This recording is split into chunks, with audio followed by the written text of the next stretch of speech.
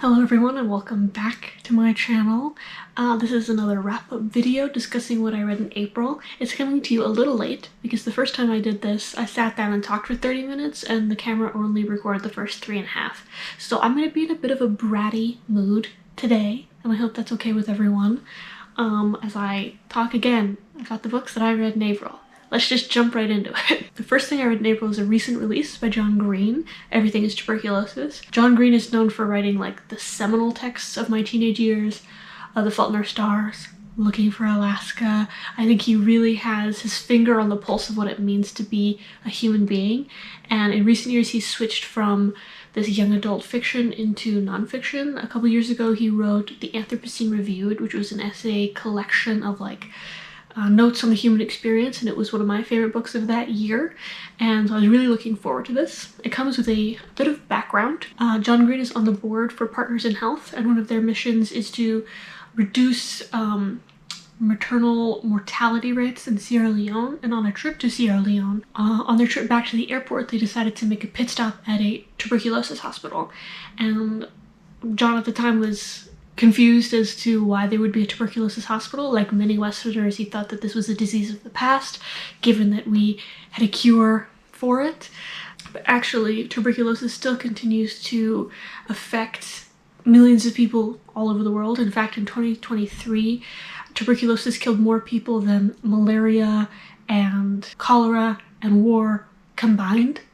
And so from that moment, when he met this little boy called Henry at the tuberculosis hospital, he, had his worldview completely altered, and ever since then he's been an advocate for tuberculosis and patients with tuberculosis, and this book is not an end to his advocacy, but more of a culmination of all of it. Given that tuberculosis is so widespread and has touched almost every aspect of our life and our life on this planet, this book is a real mosaic piece of the ways that tuberculosis has affected us.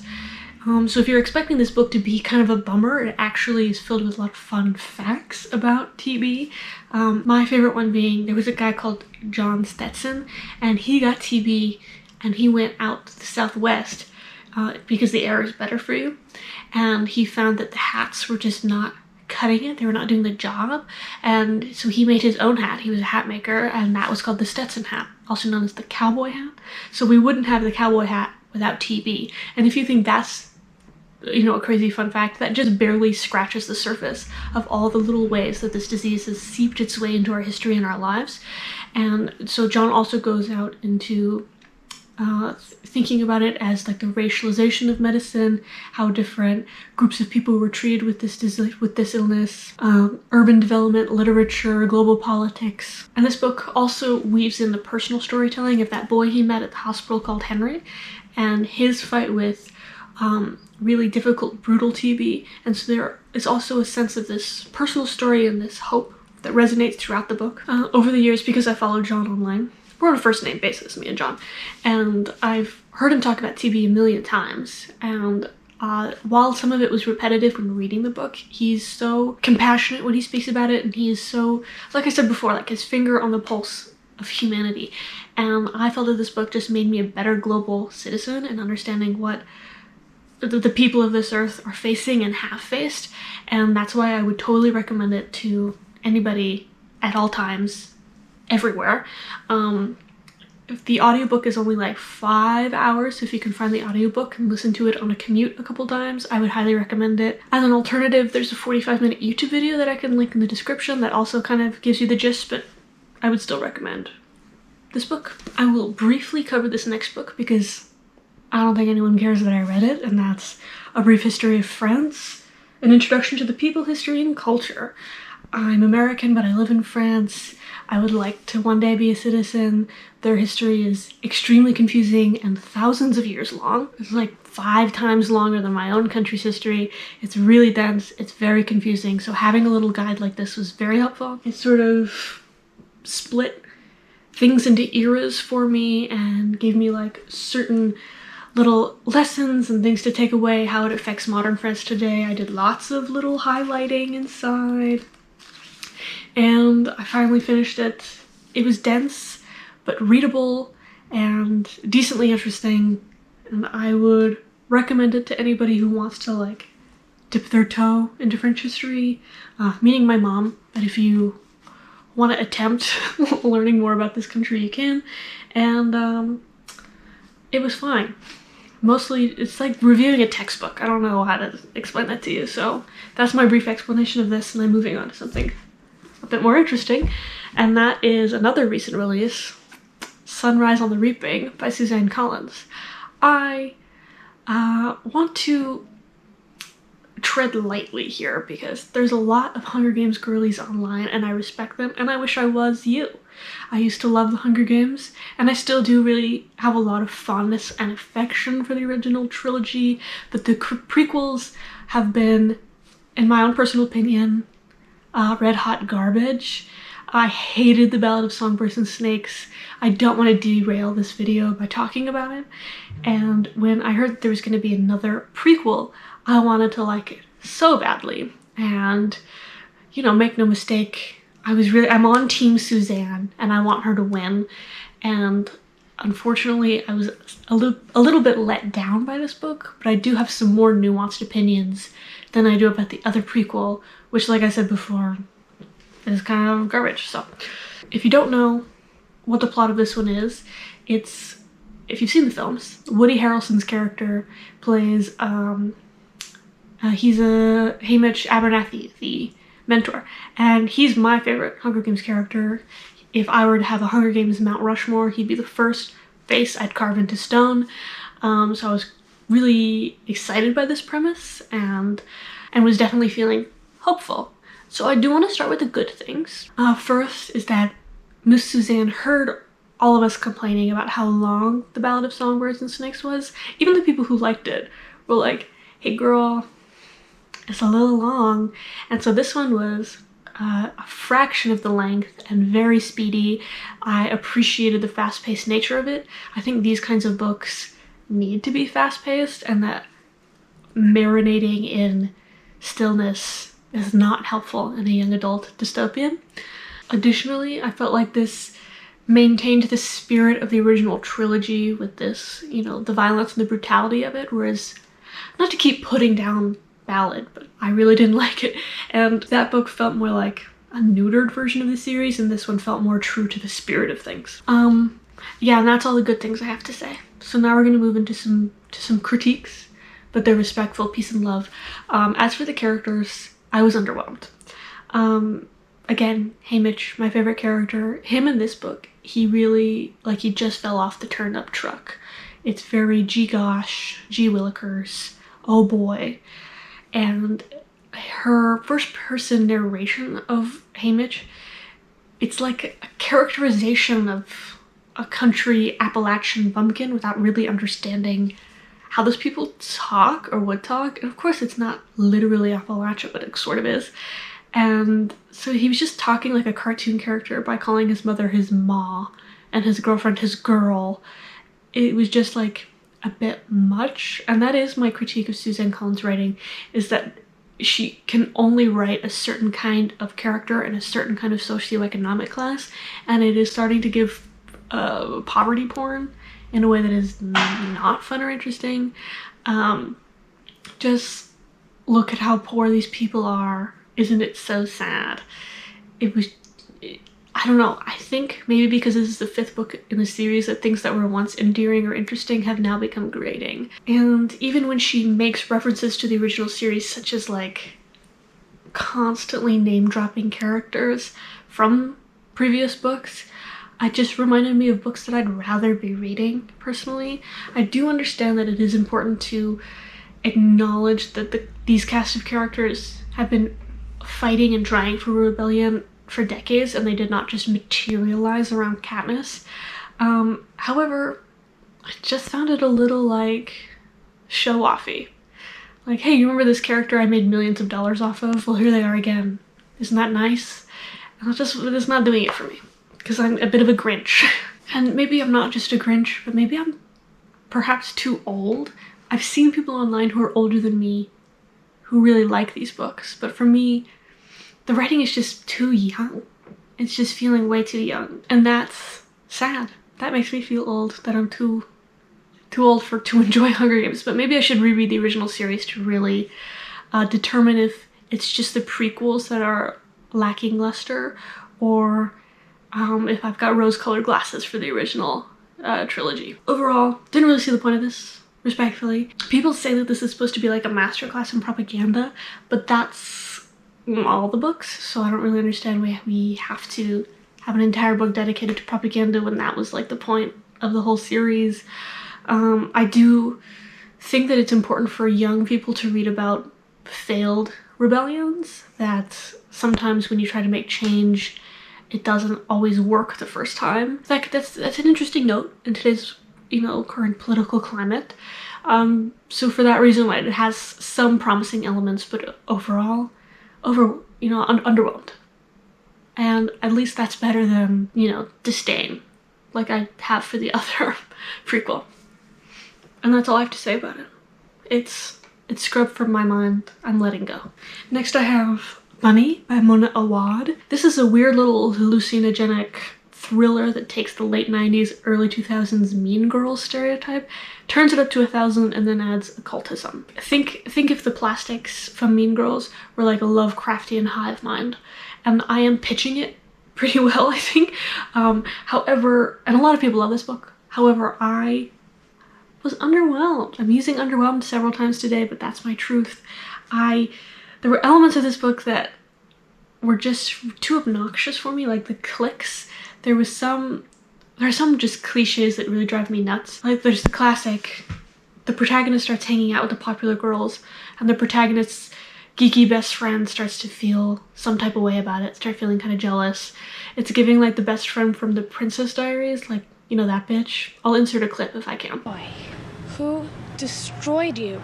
You look ridiculous. You should sue. And maybe I'm a radical, but let women be weird. Like, yeah, the group of popular girls in here, they are weird, and they wear dresses with, cats that have angel wings, and they like to go to the restaurant where they serve miniature food, and they're obsessed with cupcakes, and it's over-the-top girly cotton candy nonsense. But like, just let them do it. Who cares? I'm just so above judging other women for being weird that like this weird high school obsession with popular girls and the things that they like is just so none of my concern at this point. And the hating of them is something I would have found interesting at the age of 13, but like, these people are in graduate school.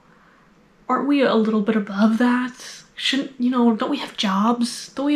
Can't we be minding our own business? So on the offset, I was like sort of put off by the insecurity of the narrator, and it just went a bit downhill from there, because it does get weird and occult. If you've ever read anything or engaged in any like Cthulhu media, it's definitely walking that line. But again, the execution of these occultist elements were just also fumbled for me. Like, there's a lot of not knowing if you're dreaming or awake, weird sequences, seeing weird things, losing grip of reality, unreliable narrator, and that I always find a little annoying in tasteful little slices. I don't mind a kooky little dream sequence, but when you don't know if anything is real or fake, then I just kind of get annoyed. Like, stop wasting my time and just tell me what's happening. So I think that, for me it felt weird for weird's sake without actually having any kind of punch behind it. But so many people love this book that I think it just comes down to personal taste, and I wish that I was one of those hot girls on the internet liked this book, but I'm gonna have to be one of those hot girls on the internet who doesn't. So, and that's something I can live with. The previous time I tried to discuss this book in front of the camera, I sort of lost my mind and spiraled, and I didn't quite know how to communicate my feelings. First, I'll tell you what the book is, and that's Lolita by Vladimir Nabokov. I really struggled to put down in words how I felt, so I'm going to try and be more concise this time. First, I was motivated to read this because one of my favorite books of last year was called My Dark Vanessa, and this book was referenced and tied together to a lot of the plot points in that book, and I was just interested in the intertextuality of it, reading a classic to give context to a modern contemporary text. Love doing that. I don't think I really need to tell you what this book is about, because you're a person who lives on planet Earth and you've seen, you know, the picture with the lollipop and the heart-shaped sunglasses. We all have that image in our heads. But what if I were to tell you that there is no heart-shaped sunglasses in this? There is no lollipop. That this is actually a well-crafted dark horror takedown of pedophilia from the perspective of the monster, and is not at all some kind of cotton candy romp through moral obscurity. Because that's what I thought it would be. I thought, you know, with my knowledge of having seen the Kubrick film and then Lolita just being a term out in the universe, I thought that this would be a lot more offensive and morally gray. But this book actually is extremely black and white. It says, hey, what this guy is doing is wrong, and that if you read this book and didn't think it was wrong, you're either been groomed to hell or you're evil. And that I won't call her Lolita because that's not her name. That's the name he calls her, and nobody else calls her that. So I will call her Dolores because that's, you know, I'm not going to call her by the name the pedophile gives her. Dolores, also a very interesting character. I thought that she would be living in the shadows, and she is, but she's so well crafted, and I could be applying some of my own empathy onto her, but she's also just resilient and interesting. And I was playing like 4D chess with this book because there's the unreliable narrator trying to confuse me, and then I'm putting this book into its own context, but also in the context of popular culture. I'm already losing myself again because I have so much to say about this book, but absolutely no way to express myself because it is such a dense, complicated text that to give you a bullet pointed list of why, first of all, that I loved it, and second of all, what I thought, is actually really difficult. So if I sound like I'm losing my mind, it's because it's gone. And to speak a little bit about Nabokov, he wrote this book because he believed parents were failing their children, and so he wrote this horror from the perspective of the monster. And the first thing when he was discussing the book cover to the designers, he said, I want no girls. I don't want girl body parts. I don't want pictures of girls in bathing suits. I want none of that. And now the cover of every book is of a girl. And that's because he put this story out into the world to critique both pedophilia and 1950s America. Then he puts it out into 1950s America, and it is cannibalized, consumed, and then spat back out as something that you can purchase, buy, watch at the movie theater. And Lolita is now a slang term for precocious young woman, that it's been so twisted by popular culture and like the zeitgeist is actually more horrifying than the book itself. And I'm gonna read this a million times in my life, I think, because there's so much to harvest out of this, and that it's like so well written. The prose is some of the best prose I've ever read, I think, and that this guy wrote it in his third language. Deeply frustrating, but I will survive.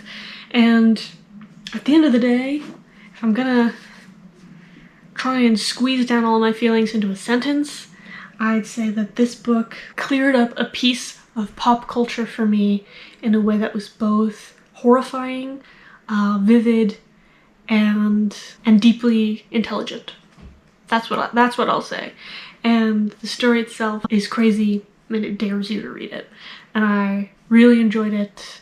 Super valuable read. I'm gonna stop talking about it now before I throw myself out of the window. Okay, we're gonna talk about something called Sex and Rage by Eve Babbitt. Great title. The subtitle is Advice to Young Ladies Eager for a Good Time. This is a novel. This is my 5th book I've read by Eve Babbitt. Do I like Eve Babbitt, you ask? I don't know. You tell me. Do I like Eve Babbitt? Do I? Me? Am I an Eve Babbitt fan? She's one of my absolute favorite writers of all time, and I think that she's wonderful. and I'm trying to read everything she's ever written, but now that I'm getting to the more obscure stuff on the periphery of her catalog, I can kind of see as to why some of these texts exist on the periphery. I would recommend this trilogy, really. These are collections of short stories and essays. She really toes the line between fiction and nonfiction, using her real life experiences as a woman in the 1960s and 1970s Los Angeles. She is like the LA it girl. Hey, that's what she looks like, so hello. And she's just like, and she's just what any diva would want to aspire to. I think she's amazing. She's great. She's also a fantastic writer, on top of being awesome, having dated Jim Morrison, fun fact, and designed album covers for the Byrds, and so she's great. And when reading her novels, unfortunately, it seems that she's more of a short story writer, because she's using her real life experiences that, like, the more you read of her, the more you see that she's just kind of recycling. And when this was written, Wikipedia didn't exist, but Wikipedia exists now. And I read her Wikipedia. Girl, I know everything about you. I know that you went to Hollywood High School. I know that your dad played violin for a studio orchestra. So you having your protagonist in this book go to Hollywood High School and then have her dad be the violinist of the studio orchestra. Girl, I know that this is just you. And I know that you went to New York and had a bad time. The character in this goes to New York and has a bad time. So it just feels a bit more redundant than her other works, and I'm not as wowed. It's technically well written. It's just a bit meandering, and definitely not essential reading from her catalog, unfortunately. And as for the title, hey, Elephant in the Room, I was expecting some sex and rage. There was no sex, there's no rage. The subtitle says, "Advice to young ladies eager for the good time." There was no advice. I would be pressed to say there wasn't even a good time. So this feels like it's a letdown, unfortunately, but it is sort of, adding to the puzzle that is Eve Babbitt's. And there was some epiphanies I had while reading this about, like, her character and her persona. So it's not altogether useless or futile. But I definitely wouldn't recommend it to the average, everyday reader looking for some good novel. I would perhaps recommend it to, like, an Eve Babbitt's obsessive, such as I, but not your layman, not your civilian. Anyway, that's all the shit I read in April. It's a bit of a color scheme. Look at that. Yeah. So there it is. Again, bratty mood. This is the second time I've had to do this. And love and light. God bless. I've got nothing else to say. I never know how to end these. Hate beginning, hate ending. So I'm just gonna say bye. See ya.